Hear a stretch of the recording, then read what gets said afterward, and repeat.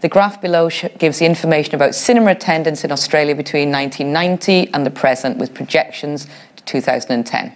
Summarise the information by selecting and reporting the main features and make comparisons where relevant. So you need to cover all the key features in this graph and say something about them. You need to mention all the age groups at some point, and you need to make reference to the years. But do not describe every single change on every year. You will lose marks for going into too much detail. So you're looking to describe the general trends. You basically need to be thinking in terms of writing 4 to 5 paragraphs. So the first paragraph is always an introduction to what you can see. So what you basically need to do here is look at the instructions, the graph below, and paraphrase all the information. So paraphrasing means saying the same information but in a different way. So you can use some of the words that are in there, but generally either change the sentence structure, change the order of information, or change certain words. Then your body paragraphs, so the second, third, and maybe fourth, you probably won't need more than 3 body paragraphs. Your 3 body paragraphs should be describing different aspects of the graph. So when you look at the graph, always see how can you divide this information into 2 or 3 different groups. In this graph, as you can see, you've got 4 different age groups, and then you've got 1990 to 2010. So we're looking at how can we divide this graph.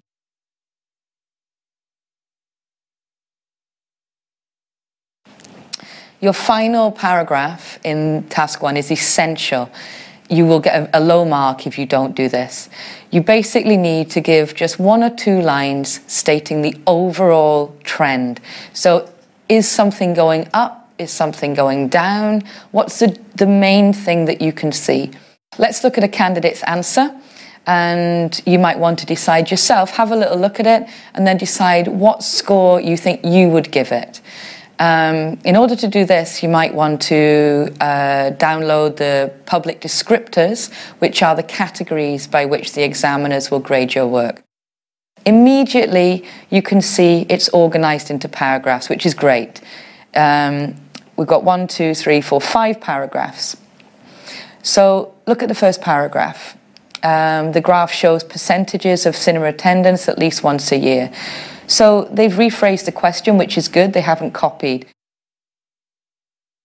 The first category that an examiner generally looks at is probably going to be task achievement. So how well have they answered the question? They've dealt with the youngest age group, and they talk about that the percentage has continued to stay high since 1990. And they also say it's predicted to remain high after 2006. So they've addressed the young age group, and they've addressed all the years since 1990 going up from 2006. So they've covered the key features of the years and the youngest age group. Then the second paragraph, they cover the middle age group, and they also cover the time as well, the time period. So the final body paragraph, they've addressed the third category of people, which is the oldest age group. And then finally, they've given an overview, which is essential.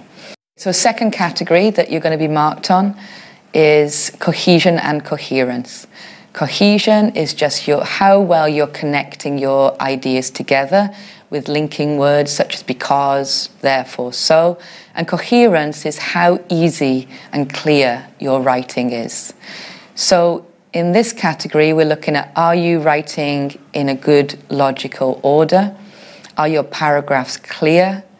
Are you using different linking words to connect your ideas together? So looking at this, immediately you can see the candidate has got paragraphs, which is good. And they're well organised, so each paragraph has a different area. They've got some basic connectors like but and while in the middle paragraph, and but again in the final paragraph. So they've got some linkers, but not a wide range at all. We don't want to see words like and or but or so repeated. You're looking for words like despite, although, however, trying to change, furthermore, therefore, etc. So try not to repeat any connectors. We're also looking for ways to connect sentences together or ideas. So things like relative clauses. The third category is vocabulary. This candidate has got enough vocabulary to deal with the task, but it's actually quite limited. We've got the word high repeated quite a lot. In the second paragraph, very high. Next line, to keep the high. And then in the next paragraph, we've got higher. We've got increase, decrease, higher again. If you use increase once, use go up, or then use rise, or decrease, go down, fall. Try not to repeat vocabulary. Looking at the final category of grammar, the examiners are looking for a range of structures and also how correct or accurate your grammar is. This candidate has used a present perfect continuous, which is the wrong tense, all the way through. Have been going, has been keeping. They're talking about a time that's in the past. So they should be generally using the past simple. They're basically using quite simple sentences with some errors. There isn't really a range of structures. They're all quite simple sentences, subject, verb, object, conjunction.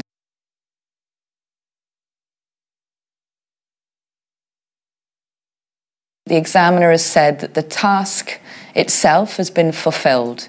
The candidate has addressed the requirements of the task, but the overview, which is in the final paragraph, the overview could be a little bit more detailed or have a little bit more information. The candidate has used some connecting words like but it's not a wide range. The vocabulary is sufficient for the task, but the grammatical range is not wide enough. The candidate has tried to use complex sentences, but there's quite a lot of mistakes, especially when trying to talk about the figures or the numbers. What has prevented this from getting a 6 is the lack of control over the grammar.